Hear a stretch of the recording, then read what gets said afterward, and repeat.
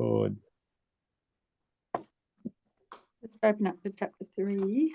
Okay, guys. So, we're up to chapter 3, aren't we? Aristotle on emotions and ethical health. What did you think of the chapter? I mean, do you want to open up with what you thought about it before we get straight into it? Well, I personally enjoyed it better than the chapter 2. I felt I got more out of this chapter than chapter 2. But having said that, after I've finally finished all my notes for chapter 2, she's covered very broadly the two aspects of the topic with Aristotle. So yeah, it was good. Yeah, I thought it was very informative, very thorough. So yeah, I thought it was a great setting out of Aristotle's theory of emotions, pretty much, in as kind of concise a way as you can, because obviously his material is so extensive. So yeah, I think she did a great job. Yeah, I agree. I mean, I've tried to look at Aristotle in the past, but I've never really grasped him, because I think in general his project's pretty broad, but just that she focuses on belief and emotion is kind of helpful, at least for understanding that part of his project. So yeah, a great into learning about Aristotle, right? It was helpful for me because I haven't read a lot of Aristotle, so it was good. And I mean, Aristotle, when you read this, seems eminently reasonable. Yeah. Like, yeah. Maybe I should study Aristotle. I found myself agreeing with him. Yeah. I mean, yeah, that's right. And I guess when we've come to it from the Stoic point of view, we're kind of preset a little bit to say, well, he can't be right about this, but he's actually, as you say, he's pretty reasonable, or so it seems. But there are some kind of less obvious kind of issues, which again, she can't deal with everything in detail. But yeah, we might cover those as we go through. Great. And Jodie, would you like to jump into the part 1? Yes, certainly. So page 78, we're starting, and she starts off describing Nikidian as an emotional being, and the fact that all her emotions are on display in her life, that she's, in all aspects of her life, her emotions are always to the fore. And Aristotle's answer is the fact that the goal of philosophy is the transformation of the inner world of belief and desire through the use of rational argument. So in terms of, I don't know how that ties in, but anyway, and then I've written, emotions are intelligent and discriminating parts of the personality, responsive to cognitive modification. So in this first part, she's trying to say, yes, people are emotional, that emotions are definitely an intelligence, are a discriminating part of the personality. So therefore, and therefore cognitive.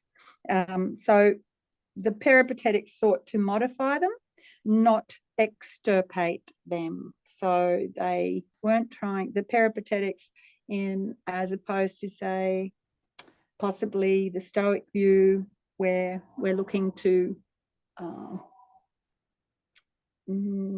overcome the passions, in a sense, that they are there to try to modify them. So Aristotle has a different normative view of emotions' role to, say, some of the other Hellenistic schools.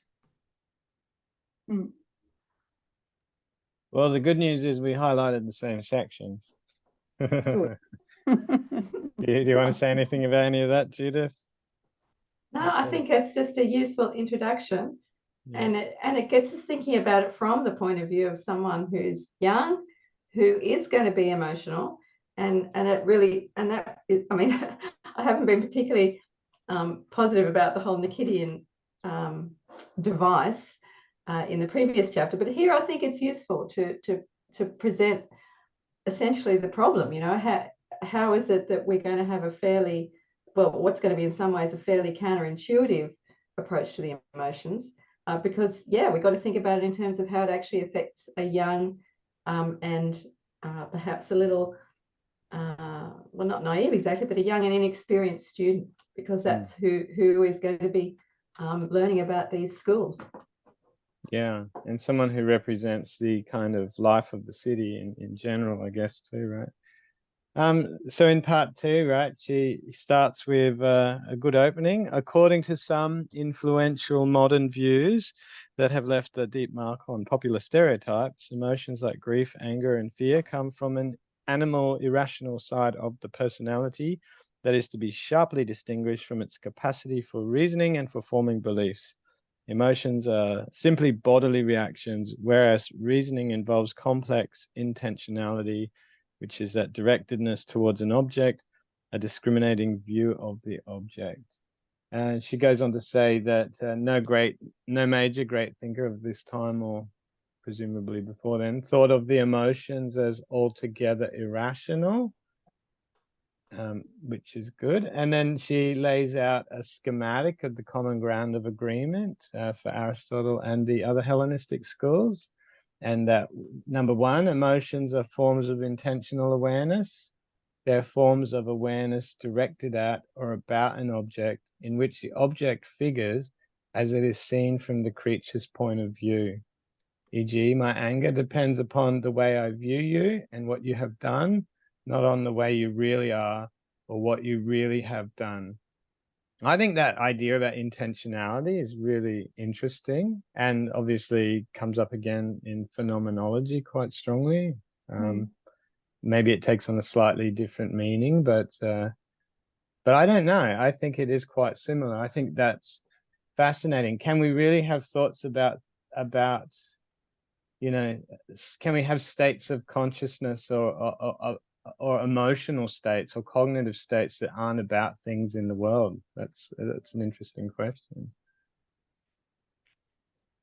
And if you think about even anxiety, people say, well, you can have anxiety about nothing. They call it floating anxiety. It's just a kind of general unease. Maybe even existential anxiety could be like that. But then it makes you think, well, is it about nothing? It could be about my body, or, you know. Yeah. And I think you're right, Courtney. You're pointing at something that people, and you'd know much more about this than I do, but people today seem to think that anxiety can be completely disengaged from any real world considerations or beliefs, you know, whether justified, unjustified, correct or incorrect. People seem to think it's kind of free floating and unrelated. And maybe it's because of this this idea of the emotions as being entirely, which I think we see pretty much, as being entirely related to chemical, hormonal responses. You know, that seems to be the standard view. And yeah, the relationship to any actual stimulus is, you know, to some degree may well have been lost or doesn't seem as important in how these things how these emotional responses are assessed. So yeah, I think it's quite pertinent the way that Nussbaum has set this out as relating as the ancients thought, relating specifically to beliefs about a state of affairs. And maybe, yeah, we've lost some of that emphasis. Yeah. I'm really struck by this, and that's why I'm quite interested in that phenomenological argument, because we just really do seem to take it for granted that in that post-Cartesian view that we do have private states that are generally always there and disconnected from the world. But all of this sort of way of thinking about it, this common ground that she's saying the ancient thinkers held, in a sense, is that we're always thinking about the world because we're in the world, we're connected to the world, we're embedded in the world. And that's exactly where Stoicism makes sense, because it's having the wrong way of thinking about being in the world which causes these problems. Yeah, it's fascinating. So the second part of the schematic is emotions have a very intimate relationship with beliefs and can be modified by a modification of belief. For the Stoics, this relationship is one of identity. I think that's interesting, so that's why I paid attention to that. So for the Stoics, it's that being that it's about identity, it means that emotions are actually a form of belief. They just actually are beliefs of a certain type, right? She says they're a certain type of belief or judgment. Because we often, in modern terms, will think of emotions as some sort of output that is quite different from belief. That's that point she made early on, that they could be physical or whatever. And maybe in some ways they are, but we tend to think of them as, say, I don't know, like you were saying, biochemical kind of activity in the brain, as opposed to just certain kinds of beliefs. Yeah, which is interesting. Yeah. Yeah, because she does say emotions. This is back on 79 that she just does mention emotions are in animals and children. Belief and reasoning belong to mature human beings. So yeah, so that idea that emotions are, a basic physiological part of the lower, the forms of life below humans and small children before they mature. Mm. But also she's saying that emotions have complex cognitive content in the kind of emotion that she's talking about specifically, like the passions, anger and pity and grief and things like that. So they really are just belief in some respects of a certain type about certain things with a certain kind of value attached to them. Yeah, and I think oh, sorry, Jodie, I just want to say go. Yeah.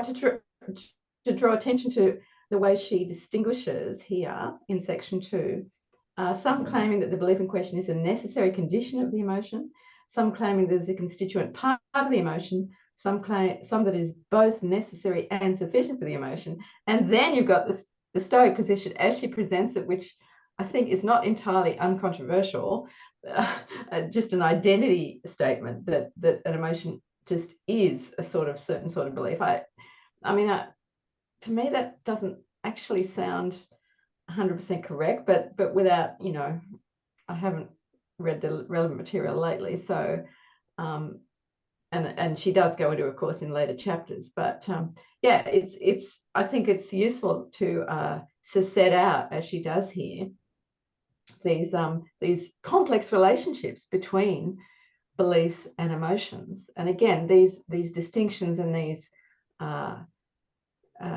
these aspects do tend to be elided or just totally ignored in a lot of treatments these days. Yeah. And she says then at point 3, emotions may appropriately be assessed as rational or irrational, and as also independently as true or false. So it can be both, depending on the character of the beliefs that are their basis or ground. We have a situation in which all emotions are to some degree rational in a descriptive sense, because of course they depend on cognitive content. So they must be rational, right? They're based on belief. But they may be assessed nonetheless as beliefs are assessed for the normative status. So they can be true or false, which is interesting because if you're a bit lazy, you can think that beliefs are irrational, but they're irrational only in a normative sense, but not necessarily in a descriptive sense. So it's again pointing back to that grounding in belief and rational kind of work that's there. Okay, so that takes us to part 3. Do you want to do part 3? Yeah, I can start part 3. I can do say half of part 3. I can do a couple of pages of part 3 because it's quite a big section. So I'll start that. So I'm on page 81. Oh, sorry, yeah, that's right. We're on page 81. Oh, yeah, and she does say too, before we skip forward, the weakest thesis, or the basic, the premise that they all have in common is that belief is a necessary condition of emotion, and so they all agree on that. So in part 3, so Aristotle sees bodily appetite, so hunger and thirst and sexuality, as forms of intentional awareness containing a view of their object aimed at the apparent good, in inverted commas there, the apparent good. So that's that word he uses frequently, the apparent or appearances. He keeps using that a lot from her text. The word orexis is brought up there, reaching out for or movement towards or desire. So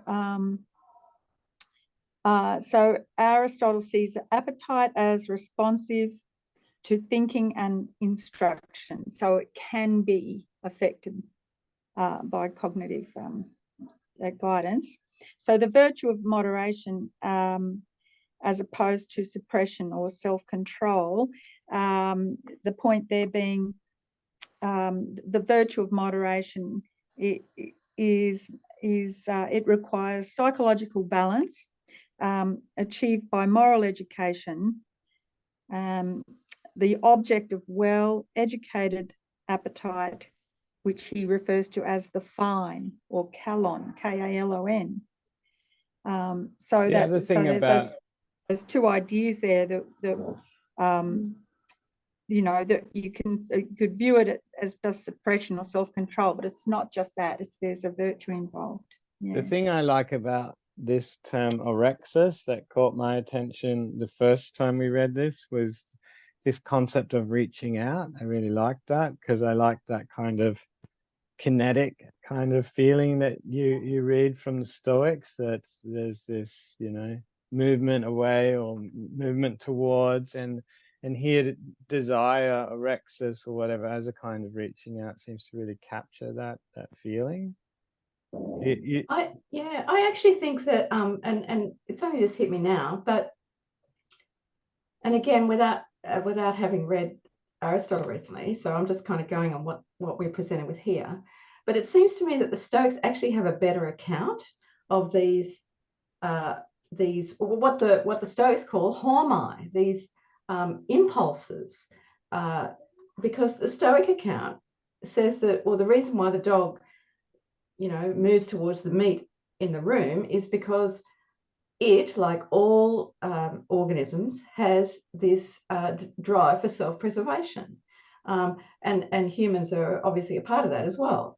Only in humans are the hormai able to be modified by reason. So it seems to me that that's actually a more plausible biological account than what we're presented with here. But as I say, I think perhaps Nussbaum's, you know, obviously she's got a different focus, but I think, you know, it's well to remember that the Stoics also try and account for these what we would call basic desires, and the Stoic account is based in that biological necessity to preserve one's existence, and that seems to me A, more plausible, and B, fitting with a more evolutionary account as we would see it today.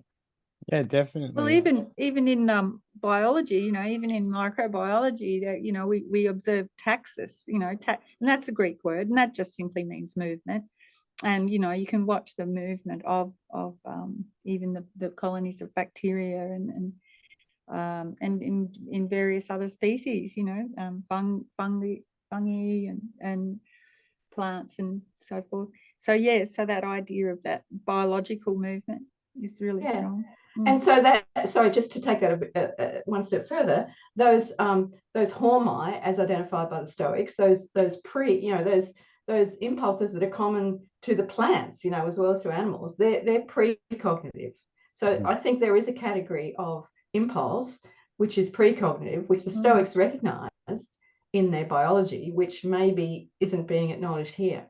Yeah. And it's still the kind of thing that they call reason, isn't it? well, no, I think it's not. Well, no, the Stoics would say that only in humans is the capacity for reason to modify hormone. Oh, sorry, I mean reason as capital R reason, you know, the order of the cosmos. Oh, yeah, it's part of cosmic order. Cosmic. Yeah. Yeah. All right. Do you want me to keep on? So, but Aristotle's, as we can see, coming back to this idea of modification. So all types of desire are responsive to reasoning and teaching. And so the role of belief, so he's talking about the role of belief in desire. And interesting, because he's a rhetorician, so in Aristotle, rhetoric has a different application to teach young orators how to emotionally sway the audience and produce emotion. So not what is appropriate in emotion. So there's these two different ways of approaching this topic, and because of his work in rhetoric, we see that different part of it explained. And on 83, he goes on to make the assumption of the whole rhetorical exercise is that belief and argument are at the, so Nussbaum's saying that the assumption of the whole rhetorical exercise is that belief and argument are at the heart of the matter, because otherwise how could he be a successful rhetorician without that? Yeah, they have to be the kind of things that can be created and taken away by discourse and argument. Yeah.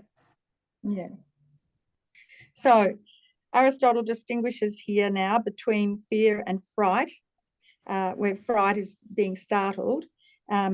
So in analysis of building blocks of action, he says that even a brave person can be startled. So the heart beats faster, and the term the motu is used. Or a beautiful person can create arousal, but neither need lead to a choice of action. So the effect of fantasia, or appearing, again, that word appearing, the effect of appearances of fantasia does not necessarily lead to orexis. And I put in brackets here, emotion is a subclass of orexis, Nussbaum must say. So I'll just go a little bit further. Aristotle gives an example of perception as fantasia versus belief or judgment. So, for example, she uses here, or he uses, the sun appears a foot wide, but we actually believe it's larger than the inhabited world. So it appears small, but we believe that it is really big. So something needs to be added in order for to turn appearing into a basis for action. So a conviction or acceptance is required, and Aristotle depicts fantasia and belief, fantasia as non-propositional and belief as propositional. So we're getting into a little bit of the logic here. So a statement like the sun is a foot wide involves a combination or predication. And so where the Stoics would say, I don't assent to the sun being a foot wide, in the latter case, I have a conviction as to how things really are. So, so to carry it back to the idea of fear, the loud noise strikes the brave man, but he doesn't accept it as terrible. He stands his ground. Similarly, the alluring object appears, but the temperate creature does not assent to it being alluring, so no emotion or action results. And but he gets an inconvenient hard on. Apparently. Yeah. Exactly. So although also in Plato's Republic 2 to 3, to have emotions like fear of fear and grief, one must believe that terrible things have or can happen, have happened or can happen. I'm probably jumping ahead here. Am I? Do you want me to keep going? No, that's where I'm up to. All right, good. I just made a note after that point. I mean, in this section, the bit that I got really bogged down in was all this stuff about what she meant by intentionality and the difference between belief and appearance. Yes. So, yeah, yes, which you're yeah. about to get onto right now, aren't you? Yeah, because she says, so there's that slight, she's got that slight ambiguity there when she's at the start of the analysis of fear in Aristotle, where he's just his wording of it in his own text. You could be mistaken for thinking that yes, that the agent doesn't have intentionality, but this is in his rhetoric, his book Rhetoric. But Nussbaum ignores this, as it is how it is seen by the agent, and thus it is she does consider it to be intentionality. There was a alternative reading she offers at that point, I thought, and my note says she follows with an alternative reading in which Aristotle may be connecting fear with simple appearing and not belief. So just the appearance. What is stressed is the fact that it is the way things are seen by the agent, not the fact of the matter, that is instrumental in getting emotions going. So something about the intentionality of it, the thing, the object itself, which sets up the emotion in the first place, she's offering as a potential reading. Intentionality, not absence of commitment, is the issue. Mind you, this is the potential reading. The way it appears to us in the first place. It's aboutness for us, in other words, as opposed to our subsequent beliefs, which nonetheless are causal. These are my notes, which seem to be causal in the production of emotion, which must depend on what the thing appears to be in the first place. So there's something about the primacy of the thing appearing the way it appears in the first place, which must be necessary in order to generate the belief. Yeah. So, but again, this actually reminds me, I think the Stoic account is better, and it just classes all these reflex responses as prepatheia. They're just reflexes. Let's not attribute too much kind of standing to them. They're just what happens. Blushing or starting when there's a loud noise and stuff. That's there is such a thing as a reflex that probably is precognitive. And so, we can get bogged down into attributing the belief a lot further back than maybe it occurs.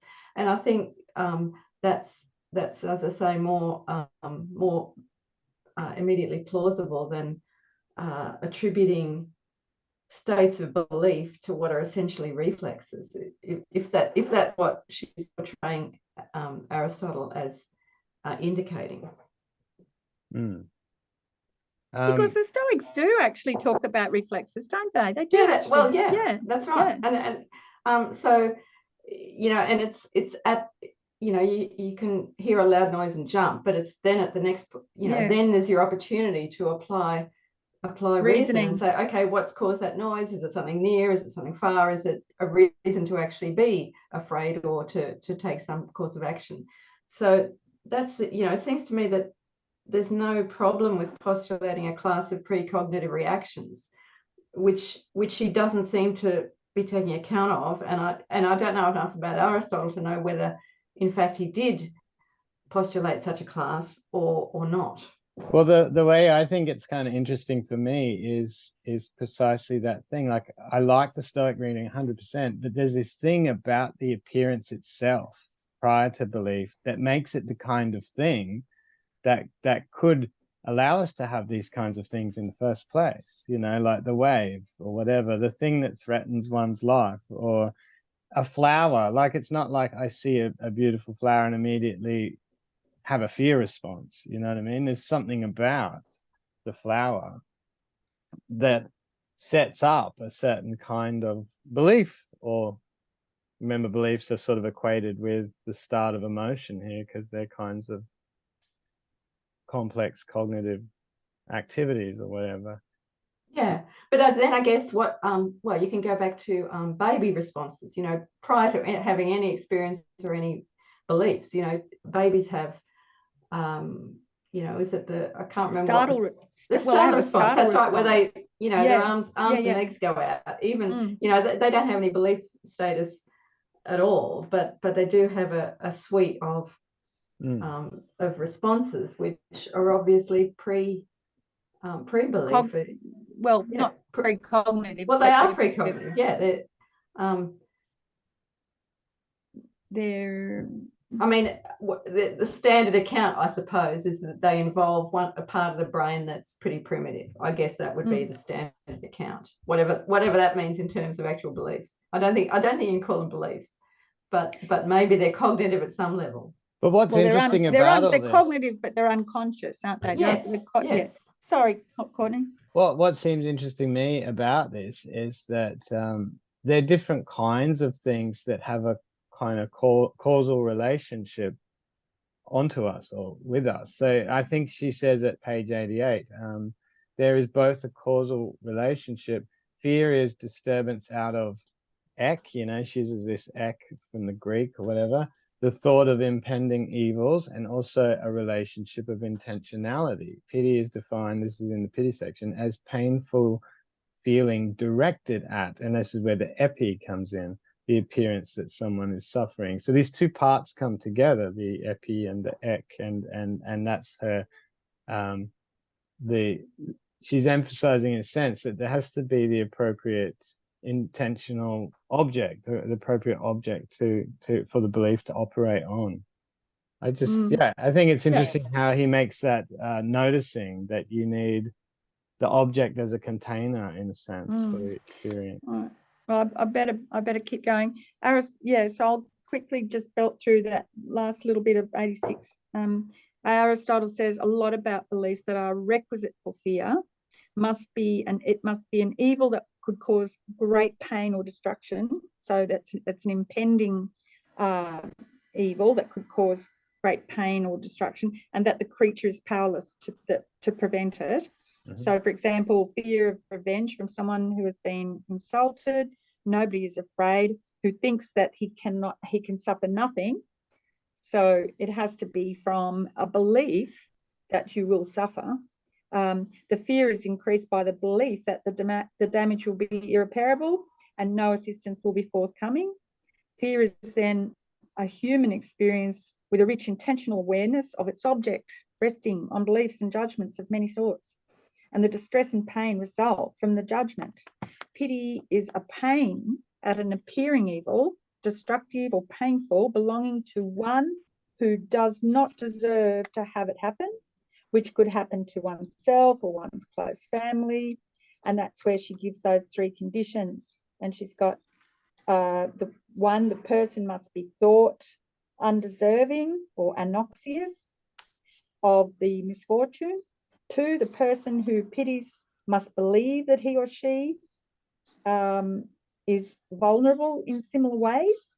So there's a personal reflection there on themselves, that they could also be vulnerable. So people who think they are above suffering and have everything will not feel pity. And she uses the word hubris here. So, you know, if you think you're above suffering, you're not going to have that empathy or that, you know, shared feeling with the person you're feeling pity for. And thirdly, the pitier must believe the sufferings are significant, so not trivial, and compares this. So she then compares this list, his list in the Nicomachean Ethics, for significant impediments for good action, which and she's got a list here, I'll belt that off: death, bodily assault or ill treatment, old age, illness, lack of food, lack of friends, few friends, separation from friends, ugliness, weakness, being crippled, disappointment, good things coming too late, no good things happening, having them happen but being unable to enjoy them. So fear and pity are closely connected, perceptions of one's own vulnerability. So there you go. Also, where one fears deserved punishment. So I'm just also, I've got in brackets there, self-pity in brackets. I was just thinking aloud, I was just thinking, oh, because you can also have self-pity too, not just for someone else, I think. And that's that part where Courtney was talking about on page 88 then, the belief that they're both painful emotions. Belief is seen as constituent part of emotion. There is both a causal relationship and also a relationship of intentionality or aboutness. So that's the point you made, Courtney. Yeah. Yeah. Yeah, that bit really struck me as interesting. I'd like to follow up more, but just to go back to a little bit, because I compared it with a few things from the Stoics. So this bit where she says, talking about fear, the belief that we are powerless to prevent the harm is made a necessary condition of the emotion. Further, fear is said to be increased by the belief that the damage suffered will be irreparable. You mentioned this, and no assistance is forthcoming. It is removed by the belief that one has already suffered everything bad there is to suffer. And I looked in the Stabaeus fragment, and it said, because I just wanted to get some sort of contrast here, and some of it was very similar. Like it said, fear is a withdrawing which is disobedient to reason, and its cause is believing that an evil is in prospect, the belief itself including a disorderly and fresh motive element as to that being genuinely a thing to avoid. So very similar kind of articles in there. In Cicero, according to Graver, this combination of beliefs is brought out, not merely simple appearance, but a complex impression. Sorry, so the belief is brought out in getting the emotion of fear off the ground. And she says, when our belief in the seriousness of our misfortune is combined with the further belief that it is right and an appropriate and proper thing to be upset by what has happened, then and not before, there comes about that deep emotion, which is distress. It is argued that both components are required in that particular case. So just interesting how they take different portions of belief and intentionality and then stress, which part seems to be really causative and in what particular situations probably. I think that's quite a really interesting psychological analysis. Yeah. Yeah, and the list of situations that are potentially fear-causing is actually, really interesting. So the death, the bodily assault or ill treatment or whatever.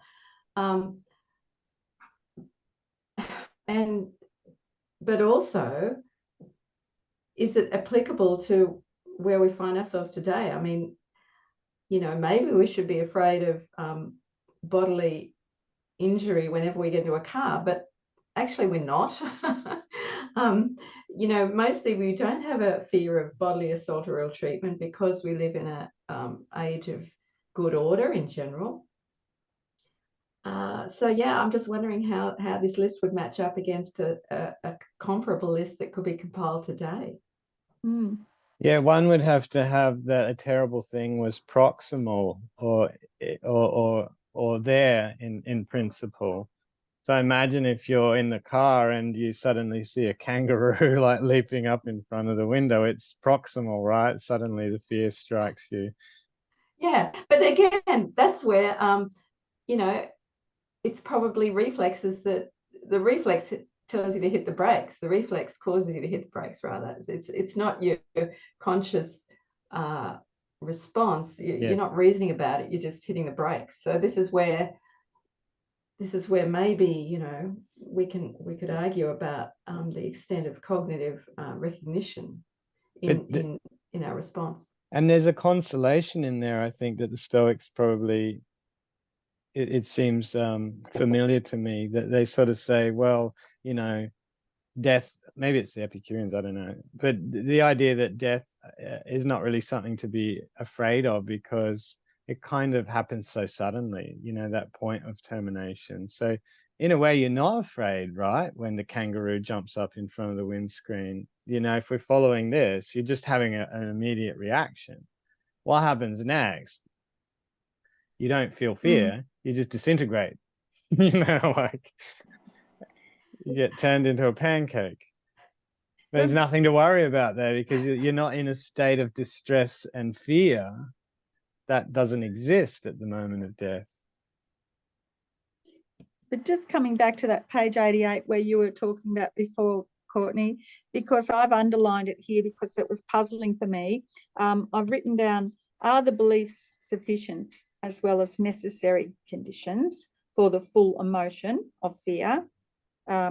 They are clearly sufficient conditions for themselves, she writes, but are they also sufficient cause for the feeling of pain or pleasure? So that feeling of distress, that feeling of pain or pleasure, and she's saying we don't get clear information on this from the text, but a sufficient condition view is strongly suggested, is how she puts it.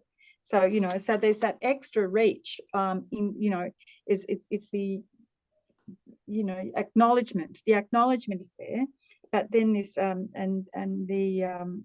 the fear is felt. But then she's also adding this other thing of pain or pleasure. You know, these other sort of parts of our response. You know. Yeah, so my note here says whether the beliefs are sufficient causes is unclear, like you say, but appears to be the case in the rhetoric. Aristotle, however, has to believe that at least most of the time the belief does have sufficiently, the belief does sufficiently cause the complex passion. Yeah, and he says to his students that you have to have, you know, you basically you have to be able to. He tells the aspiring orator he must understand what people think in terms of how likely they are to suffer, to rouse that emotion in them. So he sort of says to them, you've got to give them at least the various parts of it, like the who, what, where, when, and why of it, you know, to really muster that belief or the cognitive acceptance of rousing that emotion in them, you know, in order to produce that emotion.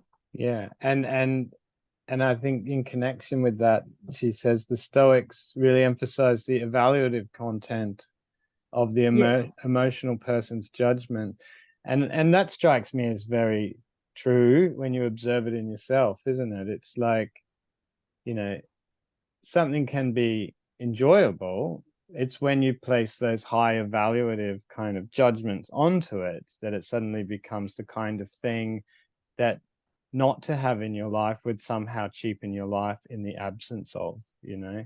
And we can think of a loved one, for example, that if they pass away, then my life will never be the same again because I will never find that person in the world ever again. So my life is cheapened in some way. So that to me just makes a lot of sense, that kind of idea about how we smuggle in evaluative content onto objects. I mean, obviously I'm stating something very obvious, but I just find it all very interesting. That's true. It's true. Because and he does go, and then she says Aristotle must endorse his sufficient condition view, or he could not take pride that he does in his rhetorical techniques. Yeah, that's right. Just with more generally, I suppose, on fear in particular as the kind of the, and she will later in the book, if I recall correctly, she will address anger, particularly in Seneca's treatment of it, and so that, you know, she's probably focusing on fear for, you know, to have a different focus here. But I did start to think about, you know, well, fear. Well, how have I experienced fear and overcome it? And I mean, you'll be able to endorse this, Courtney. When you first start to rock climb, you know, you're obviously afraid of falling. You're afraid. You feel, and there's a physical manifestation. You know, you might be trembling a bit, but you can apply judgment and reason about, you know, the fact that you're tied in, the fact that you're actually not likely to suffer, as she puts it, being crippled. Although, there's always a chance, but you can apply judgments in that situation, and in order to progress, you do have to apply judgments in that situation to overcome that emotion which you feel, initially in that situation. So yeah, I mean, that's an obvious case where, well, I suppose first of all you have to will to make that cognitive adjustment, but it is in fact possible to do so, and to change your relevant beliefs around what's likely to happen. But interestingly, if we take the other side too, and we think about the properties of the object as well, when I've climbed, I can relate to the feeling where you feel scared, or what will happen, will my harness break or whatever. You don't want to trust it, but then you do, like 100 times you fall and the harness never breaks, and then you don't think about it anymore. So there's this idea of exposure, as in, they say, exposure therapy, for example, which is not really cognitive at all. It's just that habituation. Yes. Yeah. The thing before you know it is threatening for some reason. Maybe it's sharp and spiky, or you're up high and you think you'll splatter to your death. But repetition shows you that there's something about the object loses that immediate thing that would trigger the kind of reaction that we were talking about earlier on. The first cause, or whatever. What do you call it? The first movements. Suddenly they don't happen anymore. It relates a lot to that talk you posted on the phenomenologists of Hegel and of Husserl and Heidegger. I did listen to that, and it was quite intriguing to go through those arguments with the speakers, because they were basically saying just that. Like Heidegger was talking about how you get accustomed to the guy that's hammering the nail. He's hammering the nail, and he gets so good at it, he can basically not think about hammering the nail and talk to his mate, or think about other things. He's not concentrating. And it's the same thing, isn't it? That habituation, the repetition. You're not as focused, you're not as present. I think as conscious. Yeah. And another way to, that I just suddenly had a bit of a cynical thought. Just as you become, you lose the fear through exposure of fearful things, you might also lose the sensation of excitement or pleasure for good things, because and maybe that's what happens when you're in love. You think about when you meet someone for the first time and you're young, and it blows you away, right? It's all you can think about. You can't do anything else but think of this person. But then gradually over time, just like the dangerous situation, it loses that effect over you, and it changes, which is really sad when you think about it. But it just shows you that it's natural, that the more we're exposed to things, the more we gain a realistic view of, our intentionality towards the object is modified when, it's just interesting. Through familiarity. That's right. So there's also, on top of everything else, there's a novelty factor, right? That then becomes blunted over time and over repeated exposure. So maybe that's another element of the mix. Well, and that's the Stoics. I was going to say, the Stoics say that, right? About the premeditatio malorum. If you practice that, it takes the sting out of whatever happens, because it's no longer novel. There's something about the novelty which throws us into confusion, something like that. But also the emphasis on retaining that sense of novelty in the world to continue then to embrace our ideas of the cosmos is, you know, to always feel the newness and Yeah, novelty 100%. of the existence of the Yeah, cosmos. it's a So, kind of yeah. a interesting Yeah. interesting dichotomy that we need Yeah. some habituation in order to blunt the edge of our responses to threatening situations, but we need the novelty to refresh our view about the good situation. So yeah. Yeah. It's interesting.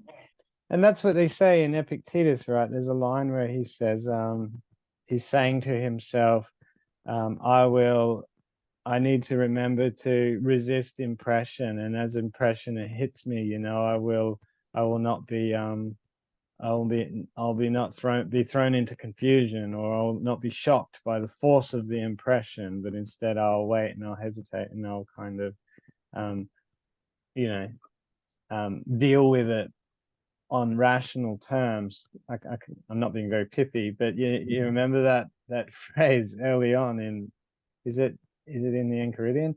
Anyway, but yeah, how do you manage that? On the other hand, we talk about trying to have a maintain the kind of a different kind of novelty, which is a different thing altogether. It's not about being knocked off your feet by the force of the impression. It's actually about having the right kind of attitude to see the world in a certain kind of way that makes it fresh. And is fresh the right word? I don't know. Yeah. There we go. We better keep going, otherwise we won't get through it. Hey. All right. Well, look down the bottom. I'll finish 3, and then you take anger, aren't you? Yeah, anger. We're up to anger at the bottom of 89, page 89. We're down the bottom of there.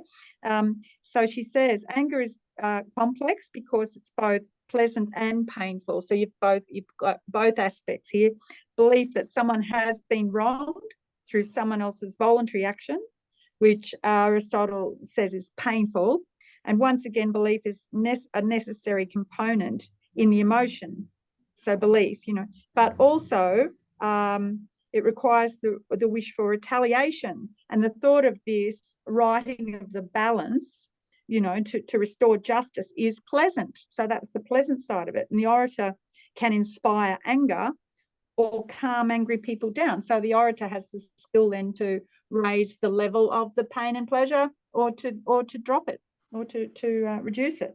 I've always found it interesting too, like when I came across anger in the Stoics, and it's classed as a pleasure too. And I often thought it's really weird, because we tend to think in modern times of anger as being quite a painful or negative emotion, but it's often put by these ancient thinkers as a kind of like a pleasurable thing, like it's a kind of perverse pleasure, I guess, in the kind of desire to inflict harm on another person or get revenge or something like that.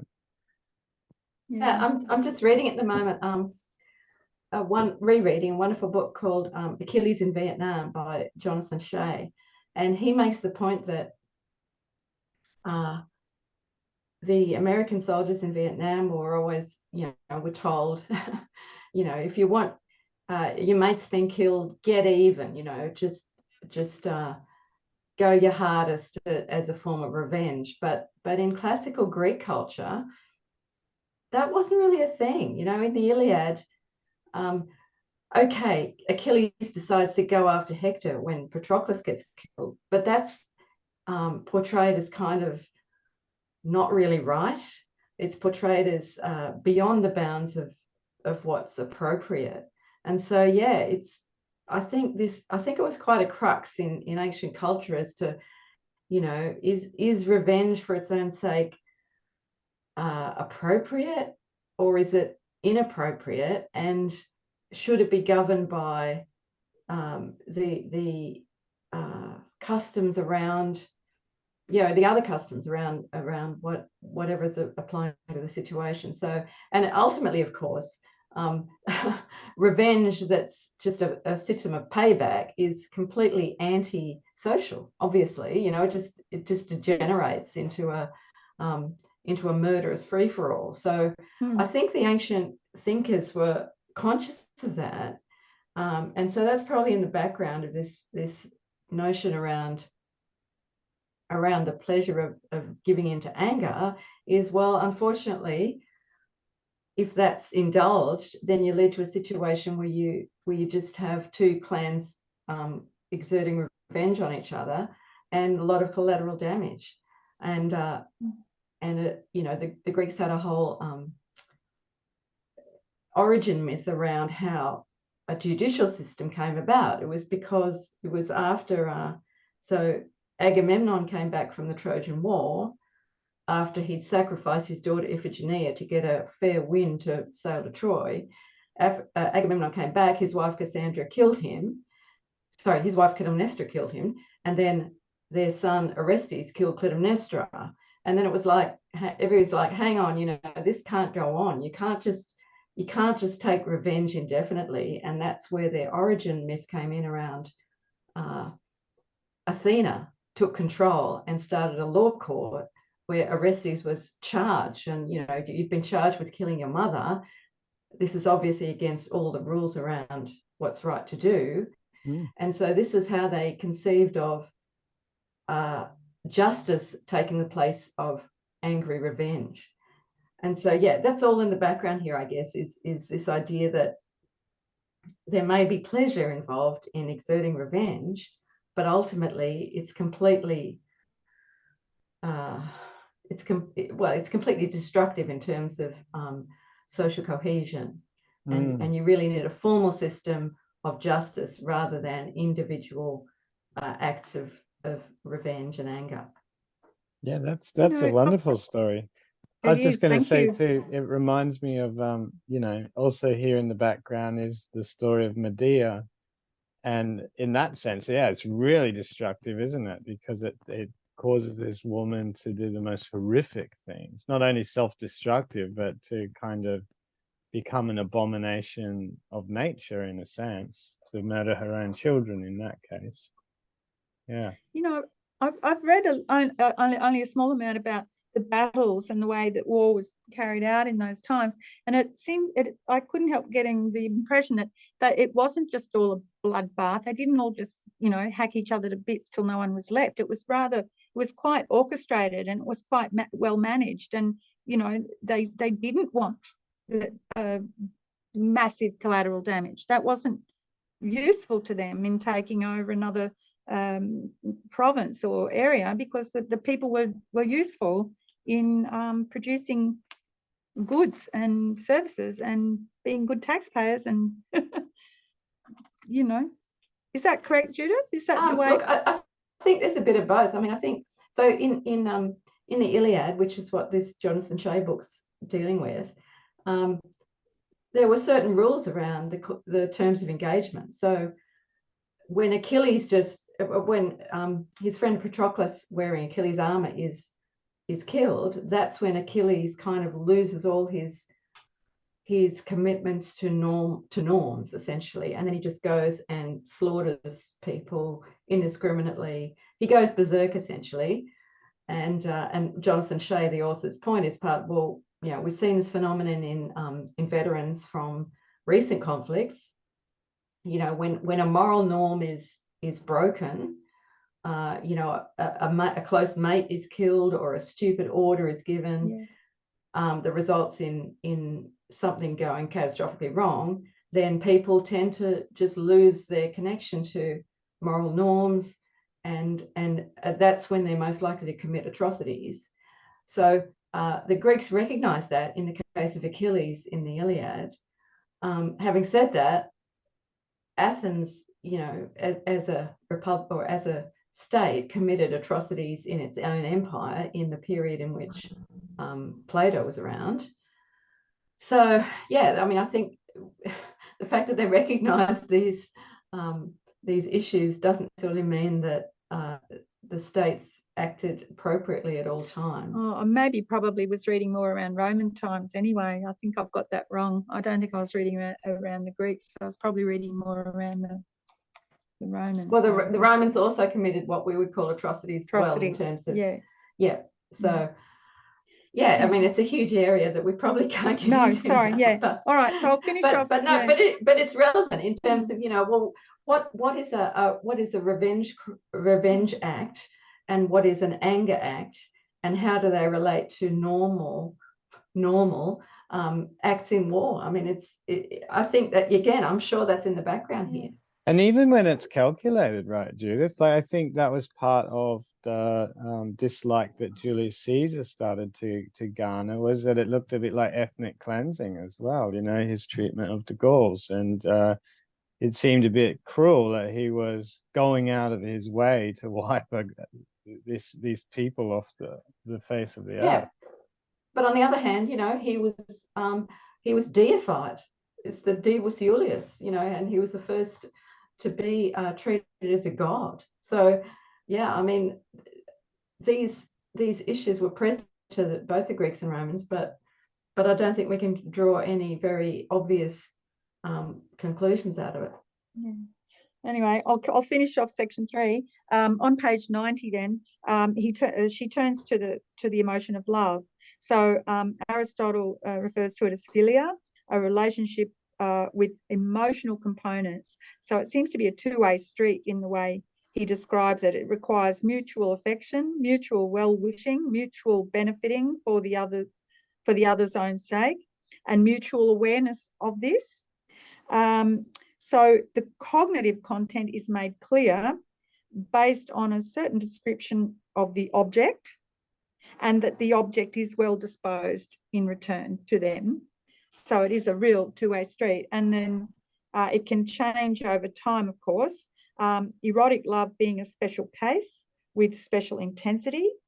And it's also noted that one-sided love is not considered philia, and that self-love is a term philautia. So it's another word. And I guess it's altogether. interesting to bring love in there because of that mutual component. It makes it much more than just merely relying on the belief that you have towards the appearance of some object. It's something delicately worked out between two interlocutors. It's quite a different and subtle kind of thing, isn't it? Yeah, and in a sense, it did occur to me reading this, well, actually, is love like anger, or is it not like? I mean, you know, we're talking about a category, like a passion. Are they in the same category, or aren't they? I mean, we always kind of lump them all in together, but maybe we need different categories. That's just what occurred. And it seems here that that's what he's doing, because he does, you know, it's not a passion, it's a relationship with emotional components, you know. Exactly. She makes that clear, that it's sort of you know, a bit more complex, put it that way. Yeah. All right, shall I do 4, is it? Yeah. Okay, they're on page 91. On further inspection, the beliefs have one general feature in common, as Socrates and Plato already observed. All that is involve the ascription of significant worth to items in the world outside of the agent, items that he or she does not fully control. Not to hold such values is to negate a capacity, perhaps for love, for example, but definitely other passions, especially fear, pity, and anger. Deep attachment to uncontrolled things or persons in the world can provide the basis for any of the major emotions, given the appropriate changes in circumstances. So once one cares about a friend or family member, one has, in addition to love itself, a basis for fear if that person is threatened, or grief if the person should die, of pity if she suffers undeservedly, or anger if someone else harms her. And this is contrasted with the Socratic philosophical perspective that a good man cannot be harmed, or that a good person is completely sufficient to himself for good living, presumably because virtue cannot be damaged by external contingencies, and virtue is sufficient for eudaimonia. Are you into 5? Have you gone into 5? No. No? Nothing that is not a lapse in virtue. Maybe these are no. This is in the text. Nothing that Are you is not a 92? lapse. Are you on where? Sorry, Courtney, are you on 92? Or? Well, these are my notes now. Yeah. But yeah. Did you? Yeah. Yeah, I think it's 92. 92. Yeah. Nothing that is not a lapse in virtue is to be taken very seriously, and a lapse in virtue by definition under the person's own control. It's really hard reading Nussbaum's writing sometimes because she's got like semicolons everywhere, and it makes the way you say it kind of a bit all over the place. Sorry, let me say that again. Nothing that is not a lapse in virtue is to be taken very seriously, and a lapse in virtue, by definition, under the person's own control, is an occasion for blame and reproach, not for pity. There you go. There's a lot of commas in there. The things that are usually taken to be occasions for fear and pity, losses of loved ones, losses of fortune, and political standing, are not really so. For nothing, this is quoting somebody again, I think Socrates, nothing among human things is worth much seriousness. Okay. Viewed this way, the emotions, while not irrational in the sense of being non-cognitive, are based on a family of beliefs about the worth of externals that will be regarded as both false and irrational in the normative sense by a large segment of the philosophical tradition. Interesting that this looks like one of my own notes, interesting that in Aristotle's thorough search across city-states, this is my own observation, he does not take very seriously these other schools. He is looking more generally at the practices of the many. I don't really know what I was trying to say there. I think I know what I was trying to suggest. You know, in his search, in his kind of open search for, you know, different ways that different constitutions are set up, or different ways that people live in different cities. He didn't actually take, say, the Platonic Republic as a viable form to throw into the mix and kind of offer up as one to be debated and winnowed down, and or did he? You know, maybe I'm being unfair there, but seemingly it doesn't come out as a kind of realistic way in which people live in the world. It's not part of his data set, it seems. Yeah, I'm not quite sure quite why she now brings in, you know, she's been discussing the Aristotelian point of view, but now she brings back Socrates' point of view that the good man can't be harmed. And of course, we know how influential that was on Epictetus and the Stoics. Well, in a sense, you know, that was prior to Aristotle, so I'm not quite sure. Yeah. Well, I guess Yeah. in the previous chapter, when she was introducing the emotions, she was talking a lot about how important the object was in that scenario. But in this case, it's sort of like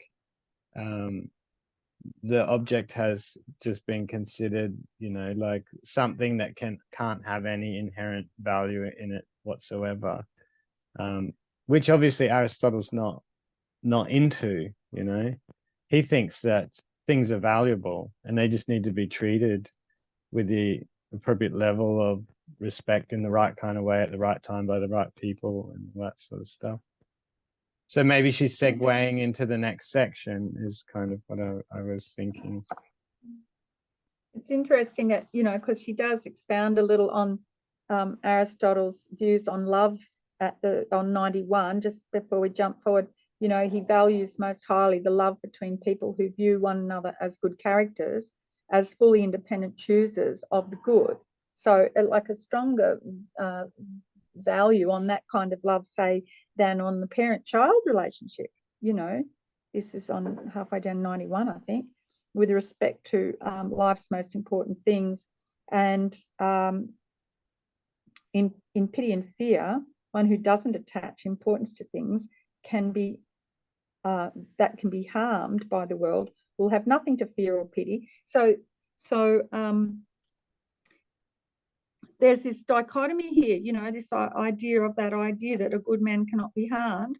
So she's bringing in that, like, a contrast between sort of Aristotle's view on love and this idea that really the good person is completely sufficient to himself for good living.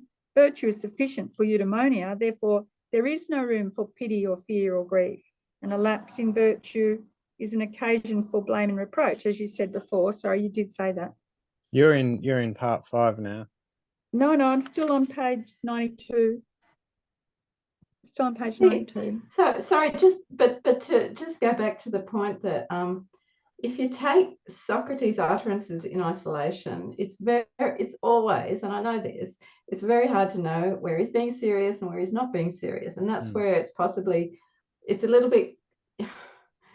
bit problematic to just bring him in here and essentially out of context after we've been talking about the Aristotelian view, then to go back to the Socratean view, again, out of context. So, and the Republic is not a dialogue that it's huge.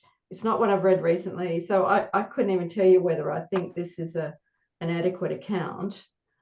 I do wonder why she's kind of brought this up now. Yeah, so I guess you're right. It kind of caricaturizes it, doesn't it? It kind of caricaturizes it, if that's a word.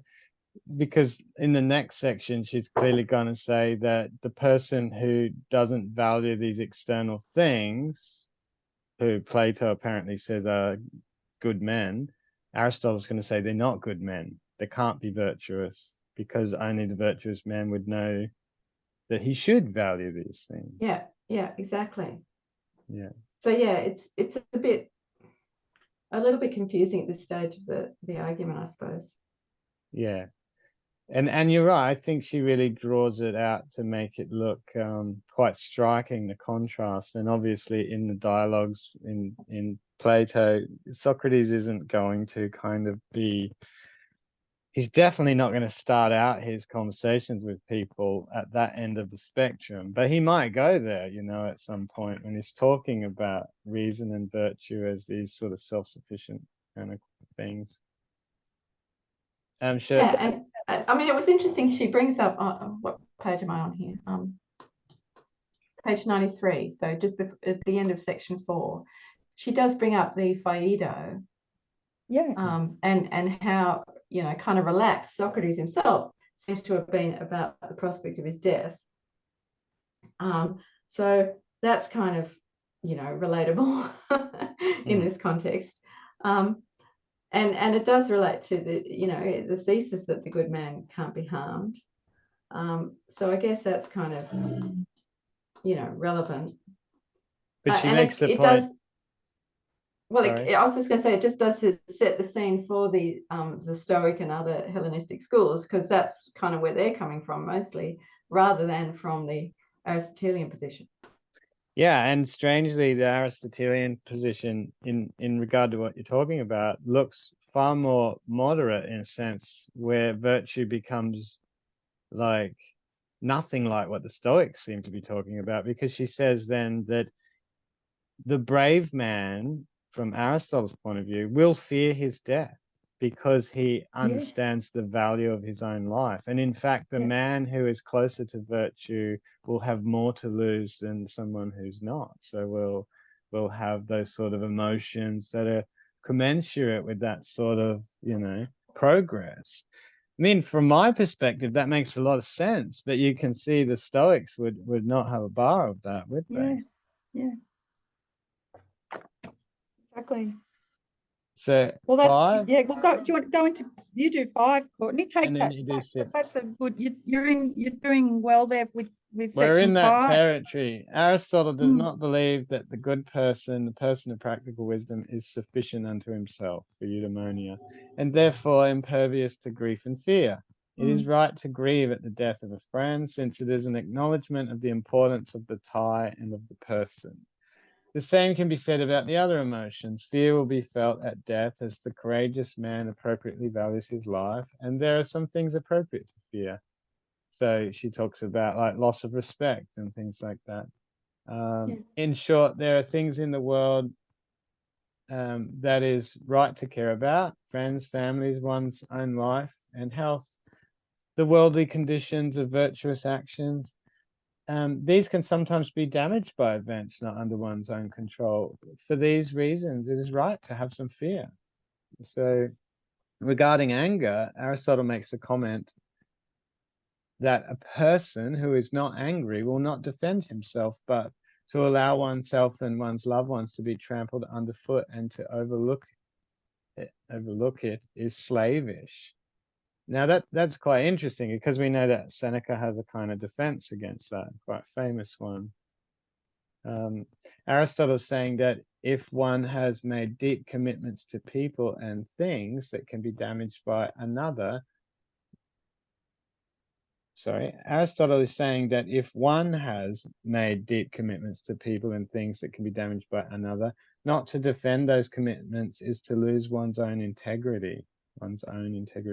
Anger is said to be a necessary motivation for defending things beloved. And I like your story, Judith, about the revenge thing with Athena and that, because it's almost like Aristotle totally ignored that story in a way. Yeah, that's right. And I've actually recently, I've now realized, seen this passage from Aristotle, which St. Thomas Aquinas must have pretty well imported wholesale, as he often did, into his work. I've seen people share this online. It's like, oh, yeah, righteous anger, and it's completely opposite to the Stoic view about how anger always makes things worse. So yeah, it's interesting how it apparently through Thomas Aquinas got imported into the sort of Catholic doctrinal worldview. But yeah, I mean, it's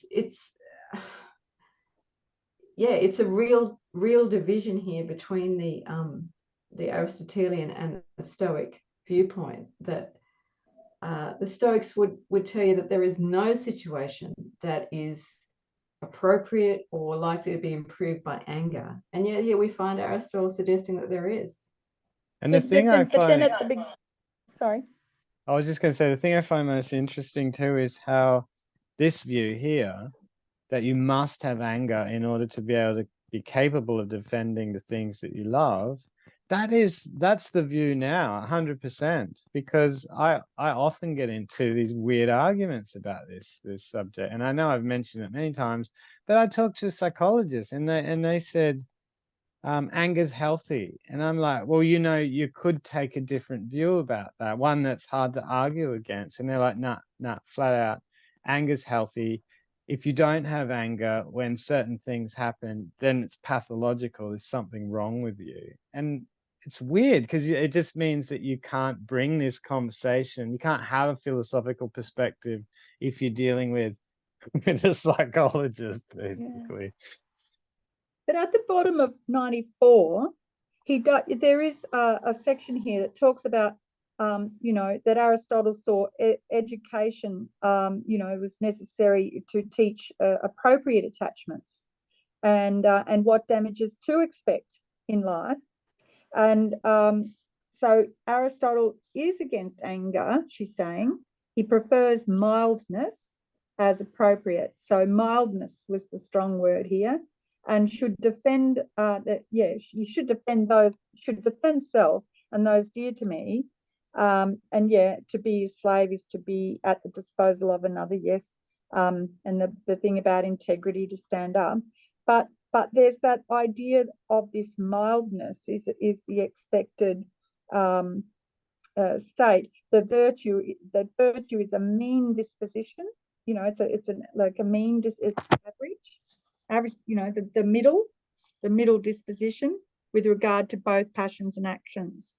That's on page 96. But the thing that's really interesting here too in the background is the great difference between the view that Aristotle has of emotion and the Stoics have, because the Stoics think that as soon as you open the gate and you've let emotion in, as in you've committed to having certain valuations or whatever about external items that are out of your control, whatever, as soon as you start that process, you can't stop. You can't stop where you reasonably would like to stop. And that's the metaphor of the guy running down the hill. Like, he might draw a line in the sand and go, that's where I want to stop, but momentum carries him past where he wants to be. But obviously for Aristotle, he's of a completely different view, that you can choose how much emotion, as long as you tame it or educate it somehow, you can have as much, as little, or as little as you like, if you're somehow, I don't know, but they have obviously quite a different understanding of what emotion actually is. Well, it'd be Actually, a pretty remarkable, remarkable person would be able to achieve that balance. Let's admit, to have the practical wisdom or the practical rationality, as it says here, to be able to deliver that virtuous action in a balanced way, with emotion on board. The recognition of, I've just got the sentence here, the recognition of some ethical truths is impossible without emotion. Indeed, certain emotions centrally involve such recognitions. That's a hard sentence for me. Can you pull that one apart? Well, I just want to say, at the bottom of page 94, the term mildness, praotes. Now, interestingly, the adjective cognate to that word is applied in the Iliad to Patroclus, Achilles' friend. So Patroclus is described as praos. He's gentle in his personality, but he's also an absolutely fierce warrior. And so there's an applied contrast between Patroclus, who's praos, he's a gentle person in normal things, but he's a fierce and implacable warrior. The contrast is between him and Achilles, who loses it. And we know that the very first word of the Iliad is menin, which means anger. So this contrast between praos, a mildness which can coexist with a fierceness appropriate to battle in Patroclus, with as against this rage, this insensate rage which Achilles demonstrates in battle, which leads to atrocities like the way he treats the body of Hector.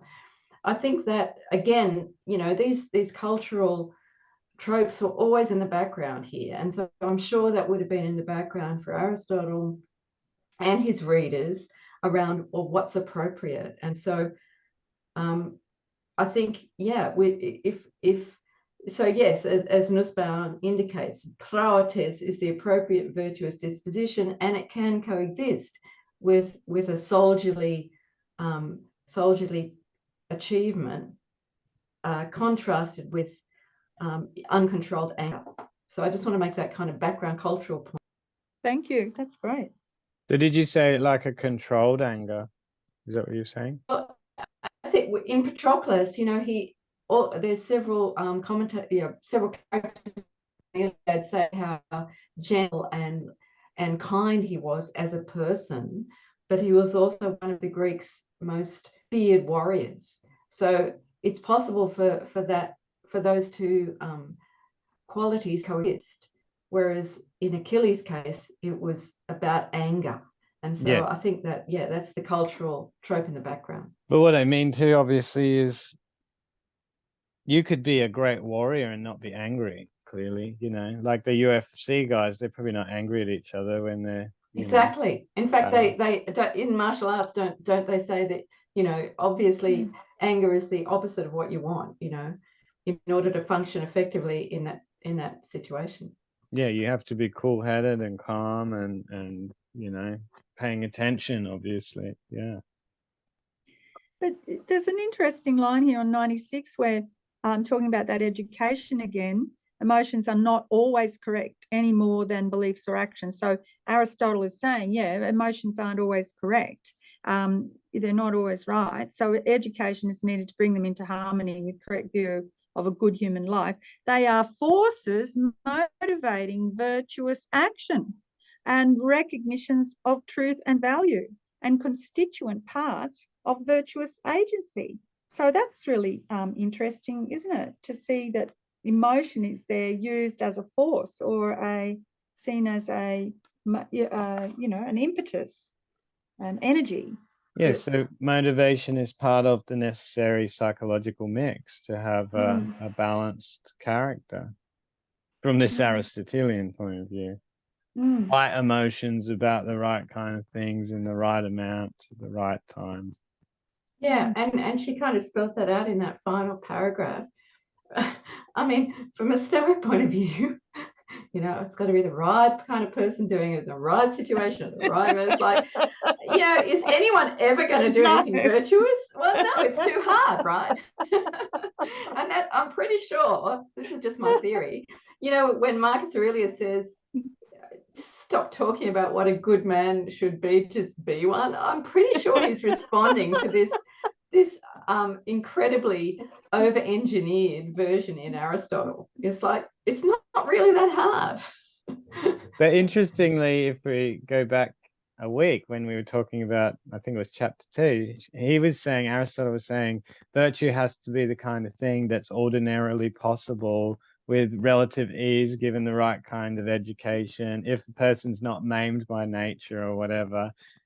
Point being, he's trying to say this highly technical kind of thing that you're talking about, this balance and the right time and the right place, it should be something that is actually, it just happens, like it's easy enough to do, you know.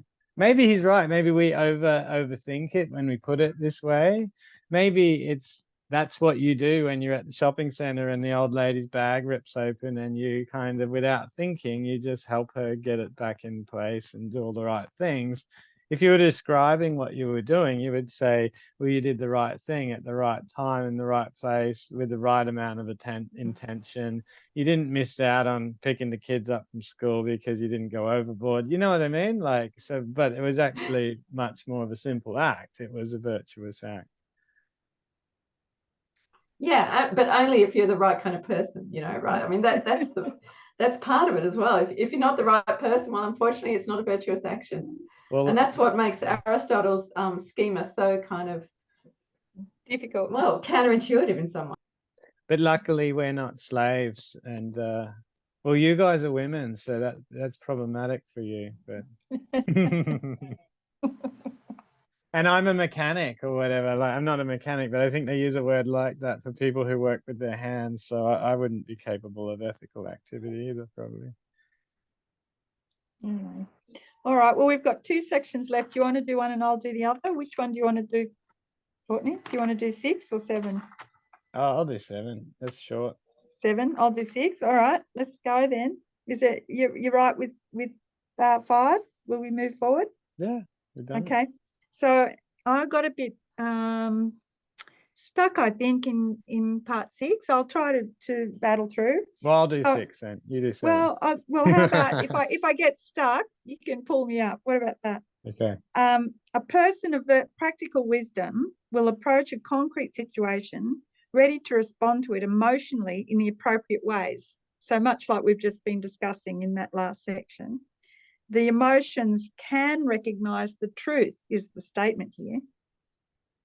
We're on page 96. We're at the bottom of 96. The emotions can recognize the truth. Interesting. Nikidian at the Lyceum.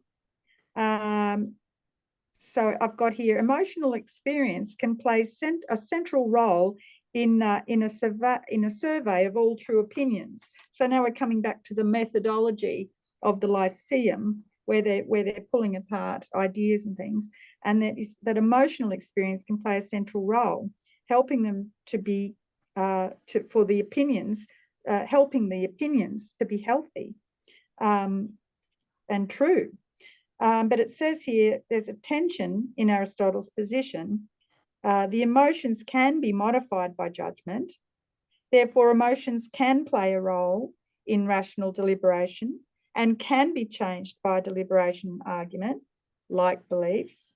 But he makes sharp distinction between character training and the philosophical study of ethics on the grounds that emotions need to be balanced before a student can get much out of his philosophical arguments. Why this separation between character training and philosophy? ? It's important for medical philosophy that the Lyceum only suited was only suited for the paideia. Judith, is that how you say it? Paideia? Yeah, that's correct. Yeah, it's the educational process. Yes, of the young men, you know, of the bright young men. All the schools need students who can follow a course of study and participate in argument. So Aristotle thinks his arguments can modify many beliefs, even emotional ones. They influence the passions in the process. He seems to insist that a firm basis of good character is required before the application of philosophical medicine. Do you want me to stop there for a minute? So this idea of, so I was having trouble remembering that there was this difference he makes between the character training and the philosophical study of ethics. Did we talk about? This is very important for how Nussbaum's going to argue that the other Hellenistic schools have something that Aristotle doesn't have at hand, that he can't really treat the people who didn't have the right character from the outset. Yes. So the ones who've already received a decent education and decent upbringing, who already represent the elite and will already be part of the Lyceum, you know, it's a bit like that kind of idea of privilege. They're already doing well. So yes, his philosophical activity starts with them already made and shaped in a certain kind of a way, whereas the Hellenistic other schools are going to be more interested in individual change for the average. Well, it doesn't reject that part of it, the idea that it can shape the individual soul, but more specifically, you know, how to alleviate the suffering of those who didn't get the right start in life or don't have the right opinions or the right beliefs from the outset. So, and she's sort of saying here that it seems that Aristotle's philosophy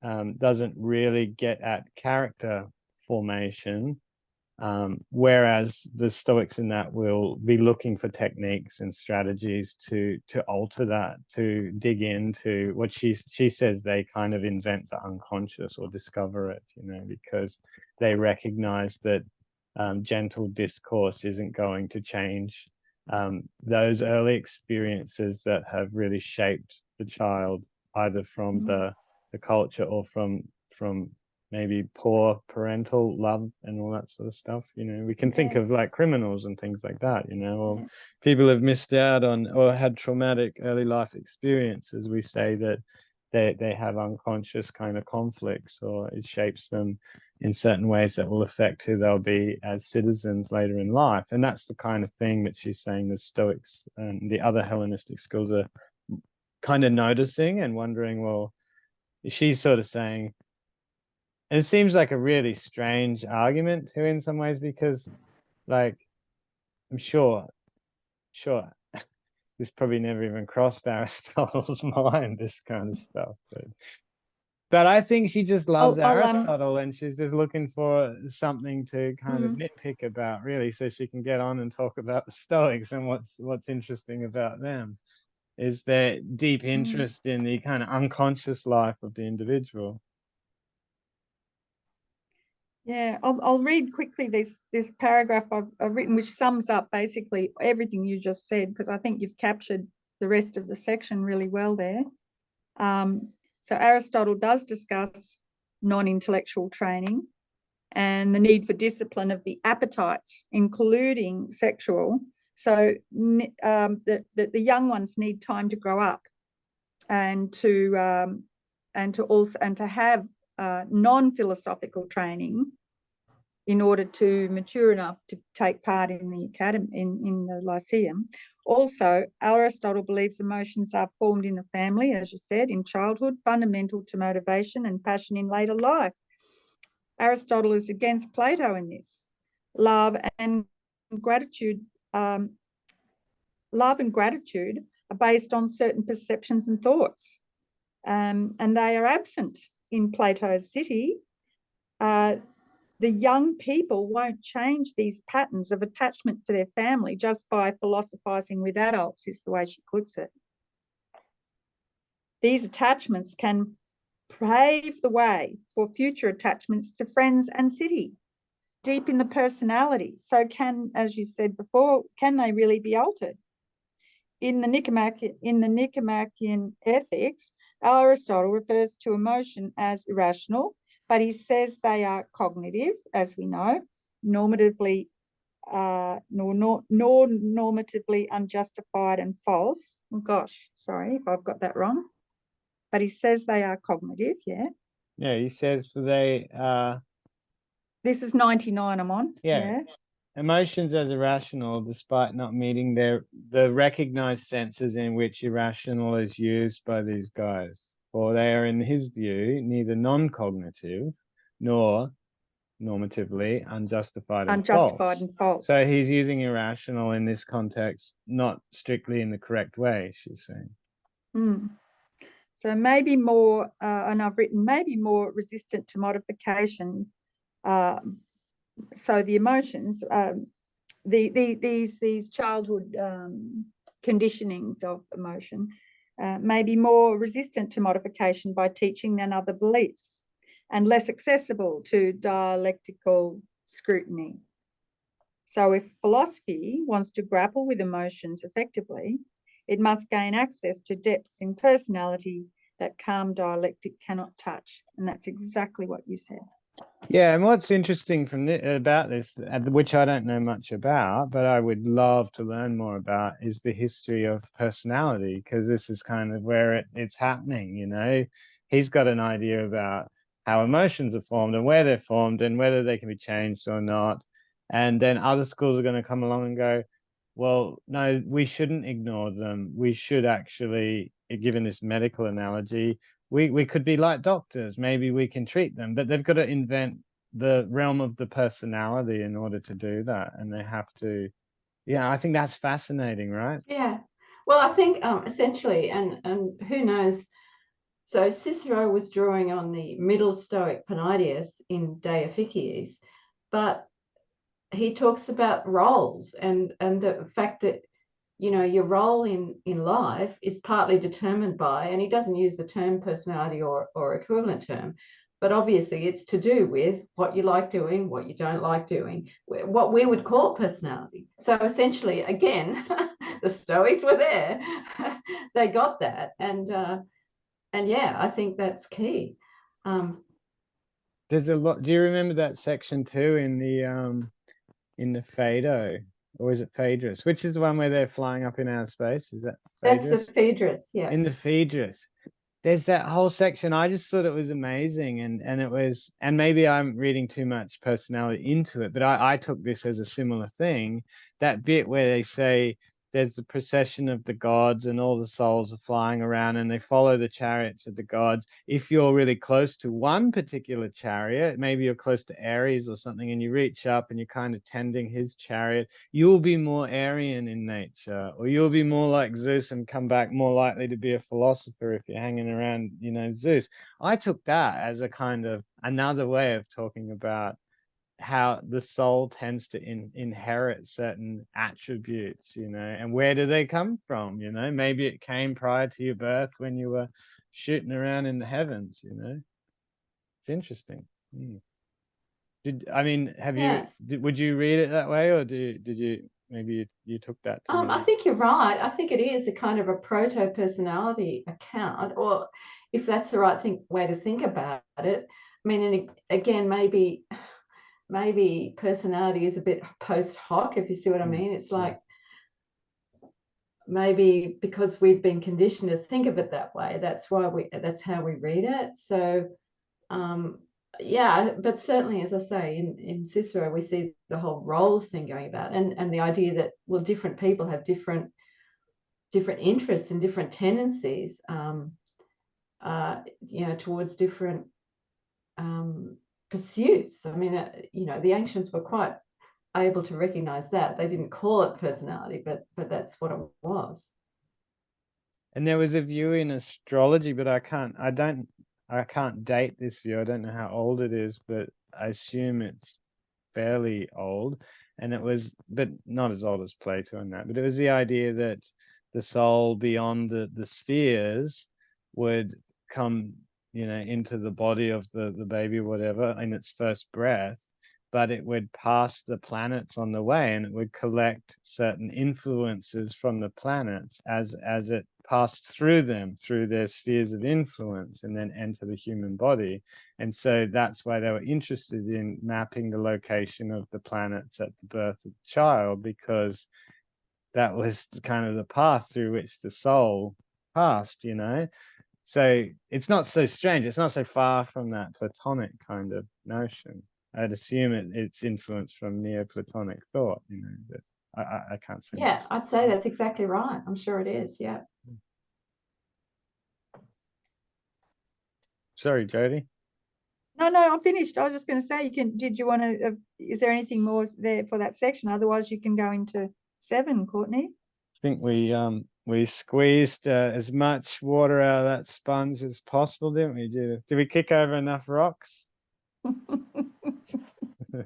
Aristotle's insight suggests philosophy is not sufficient as a shaper of souls alone. Aristotle seems to think that philosophy's proper role is less to do with the radical transformation of the individual and rather is aimed at the production of ideal institutions and an ideal society, she kind of says.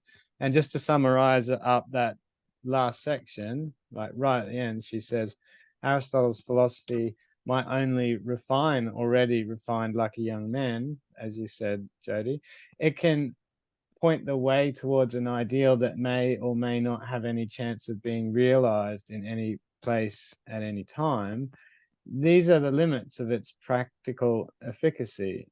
If, however, one conceives of philosophy as a medical art for the human soul, one is unlikely to accept this as the last word, for medicine would be no good as a medicine if it simply gives vitamins to the healthy and designed impracticable schemes for ideal health insurance. I like that metaphor.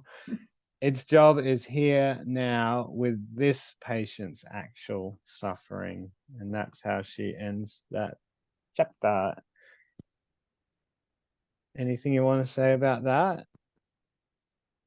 I mean, obviously, it's a difficult book to really comment on fairly about whether she's doing a good job of Aristotle or not, because we're really talking about a specific thing, aren't we? This medical analogy, the treatment of the emotions, the treatment of the individual. Can the individual be shaped by logos, by argument, by philosophy, or is the proper target something more like the larger functions of society and in the hands of those who are best kind of trained and educated to mete it out? Like that's really the thing, isn't it? And the way in which the different schools kind of deal with that and evolve that concept.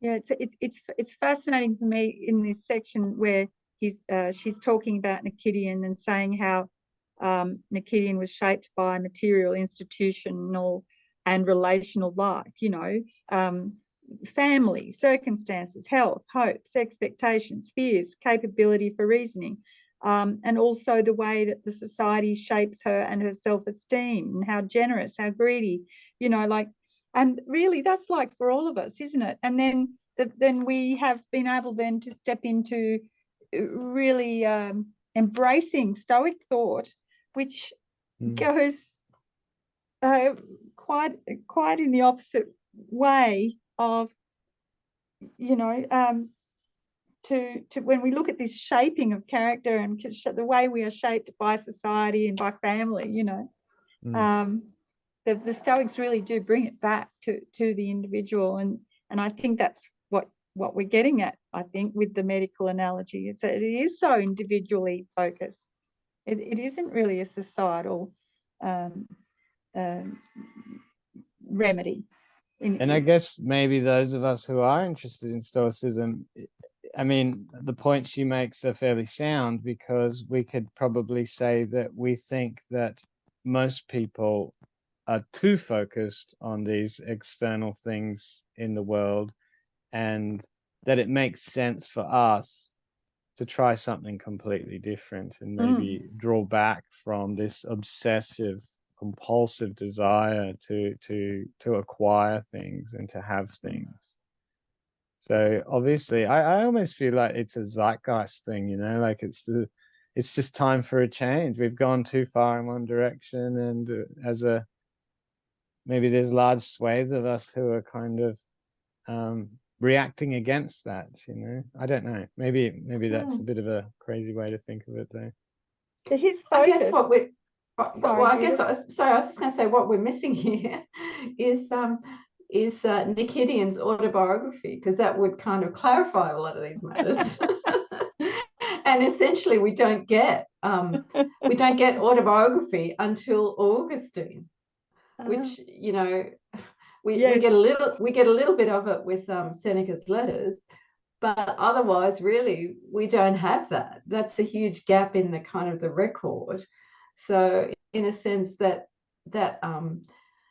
first person perspective is entirely missing, and that's part of what Nussbaum's issue is here, that she's trying to reconstruct a first person perspective in the absence of actual first person accounts.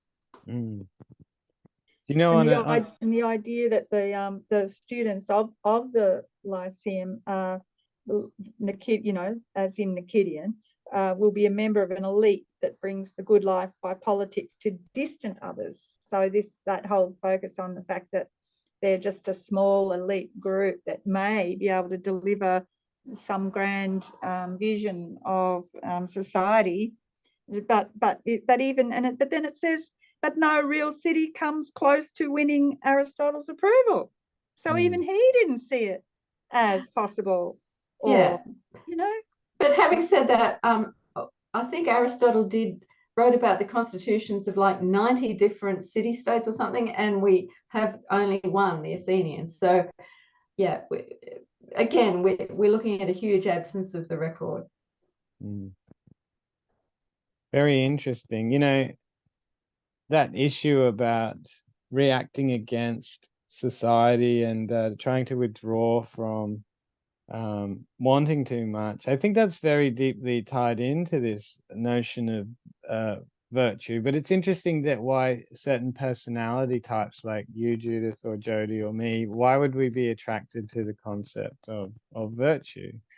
Because I've been thinking, like, other people do exactly the same thing. In fact, I noticed that criminals aren't so different from people who are interested in philosophy. In fact, they're just as extreme in the lengths that they go to remove themselves intellectually, even from mainstream society. And when you talk to them, they actually call themselves like the 1%ers. You know, they have this membership thing that they're really proud of. And when you investigate what they mean by that, they mean the rest of the world is stupid. Like, what kind of a moron would go to work every day to earn X, Y, and Z for $30 an hour and slave their guts out? It's obviously like a stupid thing to do. Whereas the philosopher would say exactly the same thing, but instead of choosing crime and hedonism and pleasure, we choose something far more like self kind of punishing in a way, which is a rejection of all the good things that they want, you know. So in a way, maybe it's just that we have I think that's a fascinating thing. Like, you know what I mean? That the process is quite similar, but one can be aimed towards virtue, which in a way is a very big picture kind of perspective, like what matters in the long run. Whereas the criminal, on the other hand, has a very minute picture, which is what matters right now in this moment. What can I get right now to fill my time? And boredom is the enemy for those people. Whereas for us, we can sit with boredom because we're playing this much longer, grander process. Anyway, sorry, I just thought it's so interesting to me how there's this similarity between those who society hates because they've become basically bad, and there's similarity with those who have withdrawn kind of willingly themselves because they no longer see themselves as fitting in with the status quo. Maybe choosing a slightly more ascetic viewpoint towards life.